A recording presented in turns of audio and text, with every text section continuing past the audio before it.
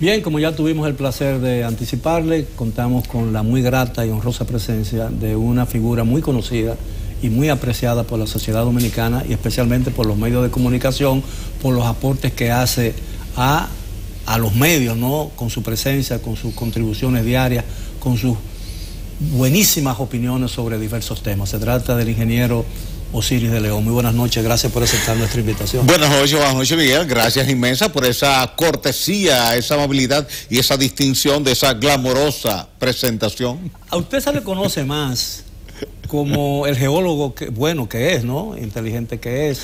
Gracias. Como gente preocupado por las cuestiones relacionadas con el medio ambiente y todo, pero mucha gente ignora o se ha olvidado de que usted es un dirigente de un partido muy importante, que es el Partido Reformista Social Cristiano, aunque no esté haciendo vida muy activa dentro de la organización. ¿Cómo usted visualiza el futuro inmediato del Partido Reformista?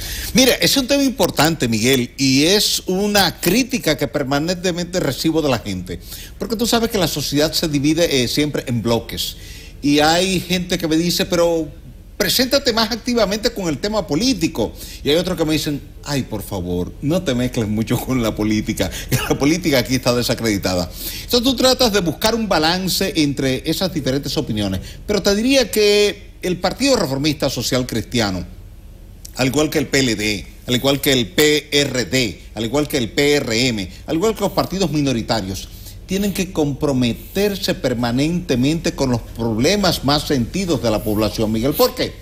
Porque el ciudadano que vive en Jimaní, o el que vive en Pedernales, o el que vive en Higüey, o el que vive en un campito de La Vega, en Jumunucú, él quiere que tú le hables de los problemas de su comunidad, de su entorno. Entonces el líder político tiene que llegar allí a escuchar a ese campesino que tiene un problema y hablarle de una solución a ese problema. Yo creo que parte importante de esa popularidad que ha mantenido Danilo Medina a lo largo de todo este trayecto político es que cada domingo va a una comunidad distinta, se sienta en una silla común y corriente, de las sillas de plástico que aparezcan ahí o de las sillas de guano que aparecen ahí, y escucha al campesino. Y tú, como buen dominicano, como buen periodista, hombre que tiene un dominio extraordinario en el área intelectual y en el área social, sabe bien que si hay algo que le gusta al dominicano es que tú lo escuches. Que cuando él se sienta a hablarte de su problema, sea de educación, sea de salud, sea de agua, sea de transporte, sea de que el camino vecinal está malo, que tú le escuches y que tú le des una esperanza de solución. ¿Cuál era el éxito de Joaquín Balaguer cuando era gobernante? ¿Y cómo Balaguer desarticulaba la mayoría de las huelgas? Convocaba a los huelguistas al palacio y los escuchaba, y después que ellos le hacían una exposición rígida, ácida, ríspida, dura, él le decía, pero yo estoy totalmente de acuerdo con ese planteamiento de ustedes, si yo tuviera en esa condición haría lo mismo que ustedes. ¿Y qué se sentían ellos? Tomados en cuenta y entendía que estaban haciendo lo correcto. La habilidad del doctor Joaquín Balaguer era memorable, ¿no? Claro. Era memorable. Ahora bien, yo creo Ahora, que los partidos políticos están haciendo eso.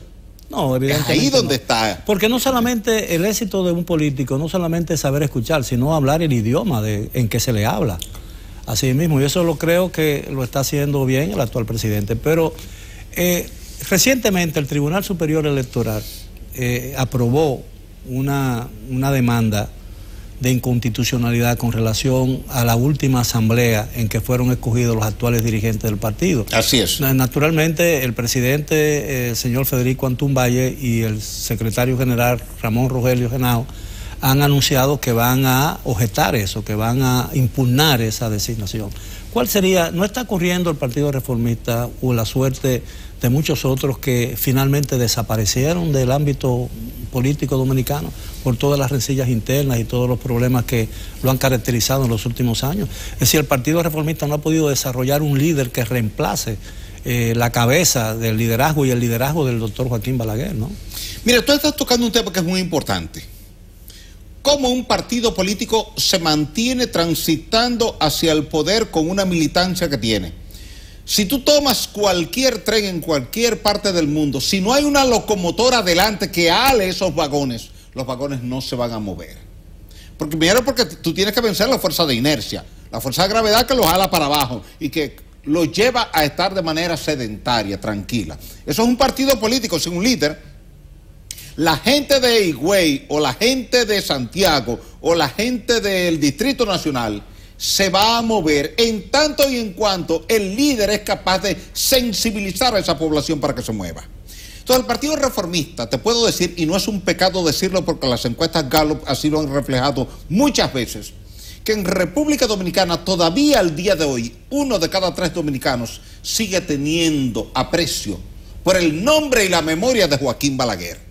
Y era en esa ola que tenía que montarse el Partido Reformista Social Cristiano. Recuerda que con todo y Balaguer tener un gran liderazgo en la sociedad dominicana, la campaña del año 1986, y tú lo sabes bien, se cimentó en aquel spot de Don Chencho que decía, eso lo hizo Balaguer. Recuerda, aquello estremeció la conciencia nacional porque la gente dijo, caramba, sí, pero es verdad, todo lo que está hecho lo hizo Balaguer. Y la gente volvió y se volcó en las elecciones del 86 a votar por Balaguer. Ahora, si el partido hubiese tomado esa obra de gobierno de Balaguer, presas, canales de riego, leyes agrarias, leyes de incentivo industrial, la ley de cuota aparte, y todo eso lo presentaba en voz de un ciudadano rural, así como Don Chencho, mostrando esa identidad del líder y del partido con la sociedad, yo te garantizaría a ti que el Partido Reformista Social Cristiano estuviese compitiendo en los 2 primeros lugares de las simpatías del electorado nacional. Pero el tiempo perdido difícilmente se recupera, ¿no? Eso es verdad, eso es como el agua del río. El agua que no aprovechaste en el río se fue y no la puedes atrapar.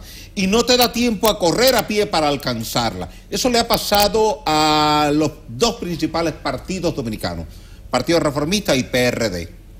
Al perder a sus grandes líderes, a Balaguer y a Peña Gómez, esos partidos no encontraron cómo articular en corto plazo un liderazgo de relevo. Porque un liderazgo de relevo no es montar a cualquier persona, es decir, un chofer de camión que de repente se siente mal y no puede seguir manejando el camión, no puede decirte a ti y a mí, que somos conductores de vehículo liviano, que asumamos la conducción de ese vehículo pesado. Porque aunque tú y yo tenemos licencia de conducir, las licencias son diferentes. Son diferentes. Y las habilidades para doblar una esquina en un carro como el tuyo o el mío, o en un camión, son diferentes. Y eso pasa en la política. Liderar una gran masa implica tener una gran sensibilidad social hacia esas masas. Tú sentarte con esas masas, y todo el que se sentaba con Balaguer sabe bien que Balaguer se sentaba a escucharte, no a hablarte.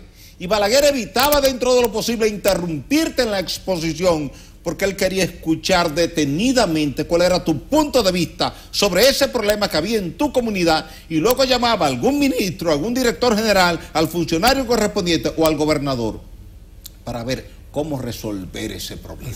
Y ahí es donde el Partido Reformista tiene que volver a reencontrarse con sus raíces. Si algo me dice cada dirigente importante, de aquellos dirigentes históricos, no me han convocado a ningún tipo de actividad. Y esa gente quiere que les convoquen. Evidentemente el Partido Reformista no es ya una opción a corto plazo de poder, ¿no? Pero podría serlo. ¿Cómo podría hacerlo? ¿Cómo? Mira, la masa está ahí. Tú tienes los vagones ahí. Ahora tú necesitas montar una locomotora adelante que tenga la suficiente potencia para 2 cosas.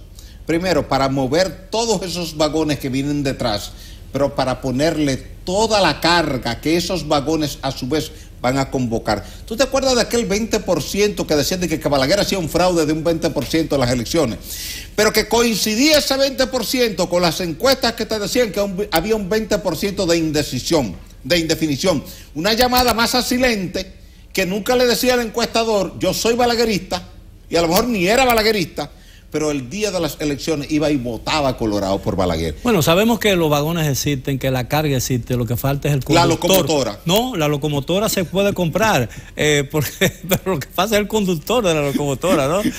Ahí es donde hay que sentarse a definir cómo ponemos esa locomotora frontal a que arrastre toda esa estructura que está dispuesta a caminar en la dirección en que el partido le convoque, siempre y cuando la convocatoria sea para servir a la sociedad dominicana. Ahora, el triunfo en la política exige dedicación, consagración y saber que que hay un montón de decisiones a la espera tuya, ¿no? Eso es así. Están los dirigentes que podrían ser los emergentes dentro del Partido Reformista, dispuestos a asumir esos riesgos que implica una dedicación completa y absoluta a la vida política. Quizás dispuestos pero no conscientes, que son cosas diferentes. Una cosa es que tú tienes una gripe muy mala o un principio de bronquitis o de pulmonía y tú estás consciente de que tú tienes esa gripe mala, tú tienes ese principio de bronquitis o un principio de pulmonía, pero tú no sabes cuál es el medicamento adecuado para recuperarte en las próximas 72 horas y entonces tú acudes al neumólogo. Yo creo que el Partido Reformista está en esa situación. Si el Partido Reformista en su dirigencia no está consciente cuál es la situación a lo interno, debe convocar a gente pensante dentro del partido y fuera del partido, políticos y no políticos, puede consultar a expertos en el marketing político, puede consultar a comunicadores, personas como tú, a personas que han estado dentro del partido y a otros que no han estado en el partido, pero que conocen al Estado, que conocen a la sociedad, que conocen la idiosincrasia del pueblo dominicano, y junto con esa gente hacer un diseño estructural que le permita al partido volver a articularse en el corto plazo con esa sociedad. Ahora, sin lugar a dudas, Balaguer siempre ha sido el principal y más grande activo del Partido Reformista Social. Y sigue siéndolo. Y sigue siéndolo. Pero desde el último día que ejerció la presidencia, el 15 de agosto del año 1996, han transcurrido ya 22 años. Así es. Hay una generación nueva en la vida política que no oyó hablar y no conoció a Balaguer.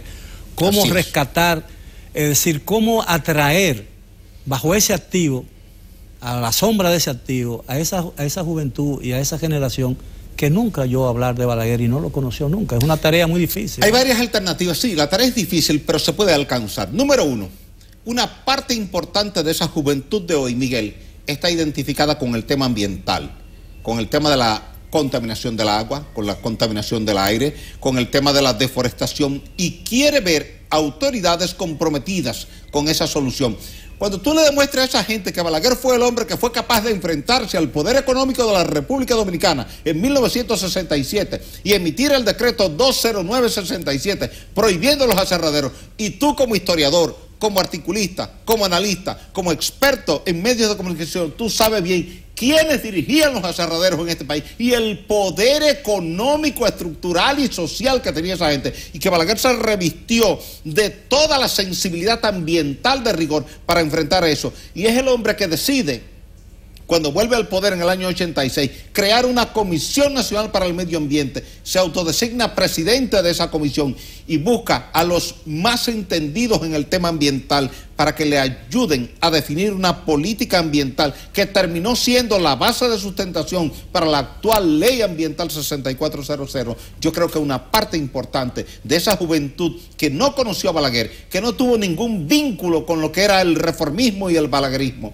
pudiera sensibilizarse positivamente y venir y emitir su voto. Sobre todo porque muchos de ellos te van a decir, sí, Miguel, mi abuelo era balaguerista y yo he escuchado hablar bien en mi casa de Balaguer, y mi papá era balaguerista y ha hablado muy bien de las obras de Balaguer.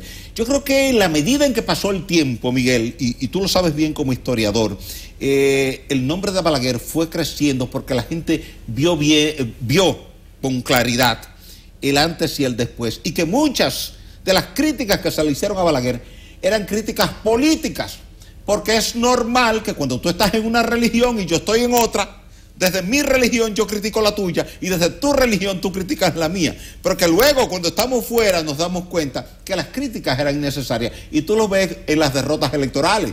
Los que están confrontados en la contienda se ponen de acuerdo cuando están derrotados para buscar unidad, apoyo, colaboración para cualquier reclamación ante la Junta Electoral. Bien.